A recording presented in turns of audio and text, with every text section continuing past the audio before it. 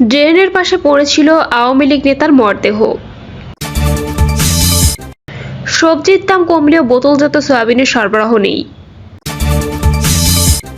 জানাবো ভারতে কঠোর গোপনীয়তায় শেখ হাসিনার 120 দিন। এবং সর্বশেষ জানাবো বিচারকের স্বাক্ষর জাল করে 32 কোটি টাকা আত্মসাৎ। শুনছিলেন সংবাদ শিরোনাম, এবারে বিস্তারিত। ড্রেনের পাশে পড়েছিল আওয়ামী লীগ নেতার মরদেহ। চাঁপাইনবাবগঞ্জের নাচলে ড্রেনের পাশ থেকে কামরুল ইসলাম নামে এক আওয়ামী লীগ নেতার মরদেহ উদ্ধার করেছে পুলিশ। কামরুলের বাড়ি নাচল উপজেলার সূর্যপুর গ্রামে। তিনি নাচল সদর ইউনিয়নের 2 নম্বর ওয়ার্ড আওয়ামী লীগের সভাপতি। নাচল থানার ভারপ্রাপ্ত কর্মকর্তা মনিরুল ইসলাম জানান, সকালে পথচারীরা ড্রেনের পাশে মরদেহটি দেখে পুলিশে খবর দেন। পরে পুলিশ গিয়ে মরদেহ উদ্ধার করে ময়নাতদন্তের জন্য চাঁপাইনবাবগঞ্জ সদর হাসপাতালে মর্গে পাঠায়। তিনি আরও জানান, মরদেহের মাথায় রক্তাক্ত জখম রয়েছে। তিনি খুন হয়েছে কিনা ময়নাতদন্ত প্রতিবেদন পেলে বোঝা যাবে। সবজির দাম কমলেও বোতলজাত সয়াবিনের সরবরাহ নেই। এক সপ্তাহের ব্যবধানে প্রতি কেজি আলুর দাম 5 টাকা কমেছে। প্রতি ডজন ডিমের দাম 5 টাকা কমে 145 টাকা বিক্রি হচ্ছে। পেঁয়াজ, চিনি, ছোলা ও শীতকালীন সবজির দাম কমতে শুরু করেছে। এদিকে বাজার থেকে অনেকটা উধাও হয়ে গেছে সয়াবিন তেল। মিরপুর মুসলিম বাজারে বিক্রেতারা জানিয়েছেন, গত শুক্রবারও বিভিন্ন বাজারে প্রতি কেজি আলু 80 টাকায় বিক্রি হয়েছে, যা মঙ্গলবারে এসে 5 টাকা কমেছে। সরবরাহ বাড়ায় শীতকালীন সবজির দামও কমেছে। ফুলকপি, বাঁধাকপি ও লাউ পিস হিসেবে 5 টাকা থেকে 10 টাকা কমেছে। প্রতি কেজি টমেটো 130 টাকা থেকে 140 টাকায় বিক্রি হচ্ছে, যা গত সপ্তাহে ছিল 160 টাকা। একইভাবে প্রতি কেজি গাজর বিক্রি হচ্ছে 80 থেকে 110 টাকায়, গত সপ্তাহে যা ছিল 140 থেকে 150 টাকা। সপ্তাহের ব্যবধানে ডিমের দাম 5 টাকা কমে 145 টাকায় বিক্রি হচ্ছে। বিক্রমপুর ডিম ভান্ডারের স্বত্বাধিকারী শামসুল আলামিন বলেন, বাজারে শীতকালীন সবজির যোগান বেড়েছে, ডিমের উপর চাপ কিছুটা কম। গত সপ্তাহে প্রতি হালি ডিম বিক্রি হচ্ছে 150 টাকায়, গত বুধবার থেকে 145 টাকায় বিক্রি হচ্ছে। মিরপুর 12 নম্বরের মুসলিম বাজারে 5 থেকে 6টি মুদি দোকানে ঘুরে মেলেনি কোনো সয়াবিন তেল। আলিমুদ্দিন নামের একজন বিক্রেতা বলেন, কোম্পানির রেট বাড়াবে, এখন সাপ্লাই বন্ধ। 2 থেকে 3 দিন ধরে কোনো সয়াবিন তেল দিচ্ছে না। আরেক বিক্রেতা বলেন, অনেক দোকানে সয়াবিন তেল নাই, অনেকেই আবার মজুত করে রাখছেন, দাম বাড়লে বেশি দামে বিক্রি করবে। কয়েকটি দোকানে প্যাকেটজাত সয়াবিন পাওয়া গেছে, তারা তেল বিক্রি করছে গায়ের রেটেই। রূপচাঁদা 1 লিটার সয়াবিন তেল 167, 3 লিটার 334 টাকা ও 5 লিটার 818 টাকায় বিক্রি হতে দেখা গেছে। ভারতে কঠোর গোপনীয়তায় শেখ হাসিনার 120 দিন। ছাত্র জনতার অভ্যুত্থানে গত 5ই আগস্ট ভারতে পালিয়ে যান ক্ষমতাচ্যুত প্রধানমন্ত্রী শেখ হাসিনা। 5ই ডিসেম্বর তার পালানোর 4 মাস পূর্তি হলো। তবে এই সময় তিনি কোথায় গা ঢাকা দিয়ে আছেন, কি করে তার দিন কাটছে, তা নিয়ে কৌতূহল কম নেই। কৌতূহল থাকলেও তার অবস্থান সম্পর্কে খুব বেশি কিছু জানা যাচ্ছে না, কারণ কঠোর গোপনীয়তার মধ্যে তাকে রেখেছে ভারত সরকার। শেখ হাসিনা ভারতে আশ্রয় নেওয়ার 5 দিন পর একটি ভিডিও বক্তব্য সামনে আসে।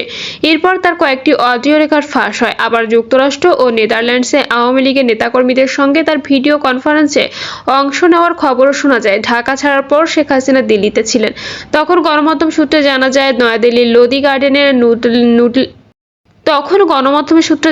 নয়াদিল্লির লোদি গার্ডেনের লুটেন্স বাংলো জোনে একটি সুরক্ষিত বাড়িতে ছিলেন তিনি। ভারত সরকারি থাকার জন্য বাড়িটির ব্যবস্থা করে দেয়। 2 মাস পর দিল্লি থেকে উত্তরপ্রদেশের মিরাটের ক্যান্টনমেন্ট এলাকায় একটি বাড়িতে তাকে রাখা হয় বলে জানা যায়।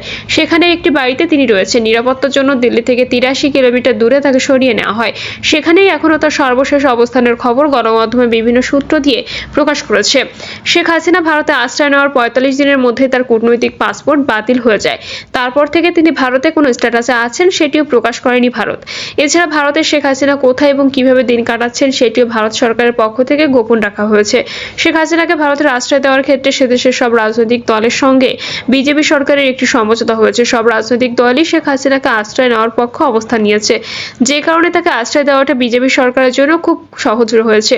শেখ হাসিনা কেন এত গোপনীয়তার মধ্যে রাখা হয়েছে সে বিষয়ে ব্যাখ্যাও দিয়েছেন ভারতীয় কূটনীতিকরা। বাংলাদেশে নিযুক্ত ভারতের সাবেক হাই কমিশনার পিনাক রঞ্জন চক্রবর্তী গণমাধ্যমকে বলে, নিরাপত্তার জন্য শেখ হাসিনাকে গোপনীয়তার সঙ্গে রাখা হয়েছে, অন্য কোনো কারণে নয়।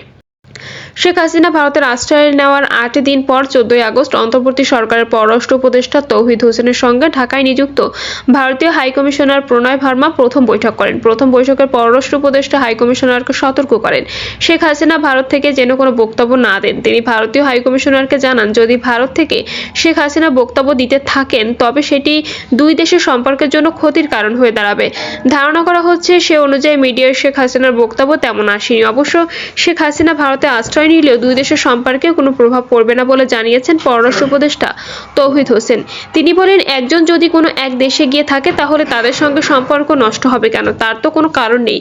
দ্বিপক্ষীয় বিষয় অনেক বড়, এটি স্বার্থের সম্পর্ক। এদিকে ভারতের কাছে শেখ হাসিনায় ফেরত যাওয়া হবে বলে সরকারের নীতি নির্ধারকেরা জানিয়েছেন। আন্তর্জাতিক অপরাধ ট্রাইব্যুনালে শেখ হাসিনার বিচার শুরু হলে তাকে ফেরত যাওয়া হবে। প্রধান উপদেষ্টা মোহাম্মদ ইউনূসও বলেছেন, জুলাই আগস্ট হত্যাকাণ্ডের বিচারের জন্য পতিত স্বৈরাচার শেখ হাসিনাকে আমরা ভারত থেকে ফেরত চাইব।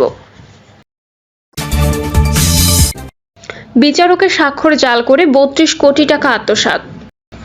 মানিকগঞ্জ জেলা ও দায়রা জজ আদালতের বিচারকের স্বাক্ষর জাল করে অভিনব কায়দায় ভুয়া পেমেন্ট অর্ডারের মাধ্যমে সরকারি কোষাগারে ৩২ কোটি ৬০ লাখ টাকার বেশি আত্মসাতের অভিযোগ উঠেছে। মূল হোতা ওই অফিসারই হিসাব সহকারী ইমরান নাজির জালিয়াতি ফাঁসের পরই দুবাই পাড়ি জমিয়েছে। জালিয়াত চক্রের অন্যতম হোতা জেলা হিসাবরক্ষক officer DAFO accounts and finance officer Mohammad Nazrul Islam ও সুপার দেওয়ান ফেরদৌস ওয়াহিদ সহ মানিকগঞ্জ আইনজীবী সমিতির ৬ সদস্য ইমরান নাজিরের আত্মীয় সহ ২১ জনের বিরুদ্ধে সিনিয়র স্পেশাল আদালতে মামলা করেছেন দায়রা জজ আদালতের ভারপ্রাপ্ত প্রশাসনিক কর্মকর্তা মোহাম্মদ সুজন শিকদার। এ ঘটনা কর্তৃপক্ষের নজরে আসার পরই শোকজ পরবর্তী হিসাব সহকারী ইমরান নাজিরকে সাময়িক বরখাস্ত করা হয়েছে। কুষ্টিয়া খোকসা উপজেলার ধোকরাকোল গ্রামের মৃত নাজমুস শাহাদাতের ছেলে ইমরান নাজির ২০১৮ সালে মানিকগঞ্জ জজ কোর্টের মাধ্যমে চাকরি জীবন শুরু করেন। ইমরান তার স্ত্রী আফিফাকে বলেছিল চাকরির পাশাপাশি তার জমি জমা এবং গাড়ির ব্যবসা আছে। এদিকে মামলাটি তদন্তের জন্য স্পেশাল জজ আদালত থেকে দুর্নীতি দমন কমিশনে পাঠানো হয়েছে। মামলার বাদী সুজন শিকদার এই তথ্য নিশ্চিত করেছেন। ৫ বছর ৫ মাস ধরে নজিরবিহীনে জালিয়াতি চললেও ধরা পড়েছে নভেম্বরে। এতে যোগসাজশের অভিযোগ উঠেছে স্বয়ং জেলা হিসাবরক্ষক অফিসের কর্মকর্তা ও সুপারের বিরুদ্ধে। তবে এ নিয়ে কোনো মন্তব্য করবেন না বলে সাফ জানিয়েছে জেলা হিসাবরক্ষক অফিসের DAFO নজরুল ইসলাম। অনুসন্ধানে সংশ্লিষ্ট সূত্রে জানা গেছে ৮ জুলাই ২০১৯ সাল থেকে ২২ আগস্ট ২০২৪ সাল পর্যন্ত বরখাস্ত ইমরান মানিকগঞ্জ জেলা ও দায়রা জজ আদালতের বিচারকদের স্বাক্ষর জাল করে প্রিয়মশন সহ কোনো ক্রেতার কাছ থেকে আবার ক্রয়ের অধিকার শরিকের কোনো বিক্রিত জমি বহিরাগত ক্রেতার কাছ থেকে অন্য কোনো শরিক আদালতের মাধ্যমে মূল্য ও নির্ধারিত ক্ষতিপূরণের টাকা জমা দিয়ে ক্রয় করা হচ্ছে প্রিয়মশন। চলমান ও নিষ্পত্তি বিভিন্ন মামলায় ভুয়া পেমেন্ট অর্ডার তৈরি করে শতাধিক মানুষের নামে ৩২ কোটি ৬০ লাখ ৩২ হাজার ৭৬৭ টাকা আত্মসাৎ করেছে। জালিয়াতি চক্রের সঙ্গে ৬ নারী সহ জড়িত রয়েছে স্ত্রীর ভাই, আপন ফুফা, ভাই, ঘনিষ্ঠ বন্ধু, ব্যক্তিগত গাড়ি চালক, আদালত পাড়ার সুযোগ সন্ধানী ৬ আইনজীবী। শুধু ৬ আইনজীবীর অ্যাকাউন্টে সরকারি কোষাগারে ১০ কোটি ৫৫ লাখ ৭০ হাজার টাকা পাচার হয়েছে। ৫ বছর ৫ মাস ধরে বিভিন্ন পারিবারিক মামলা, NI অ্যাক্ট মামলার গচ্ছিত মামলার টাকা সরকারি কোষাগার থেকে পর্যায়ক্রমে জালিয়াতির মাধ্যমে জজ কোর্টের হিসাব সহকারী একটি সিন্ডিকেট তৈরি করে ২১ জনের নামে অ্যাকাউন্ট খুলে তাদের নামের হিসাবে ২১ লাখ থেকে শুরু করে ৩ কোটি টাকা পর্যন্ত ভুয়া পেমেন্ট অর্ডার বানিয়ে হিসাবরক্ষণ অফিসের যোগসাজশের চেক ইস্যু করে ব্যাংক থেকে তুলে নিয়েছে। এ কাজে সহায়তা করার অভিযোগ রয়েছে জেলা হিসাবরক্ষক অফিসের DAFO নজরুল ইসলাম, একই অফিসের সুপার দেওয়ান ফেরদৌস ওয়াহিদের বিরুদ্ধে।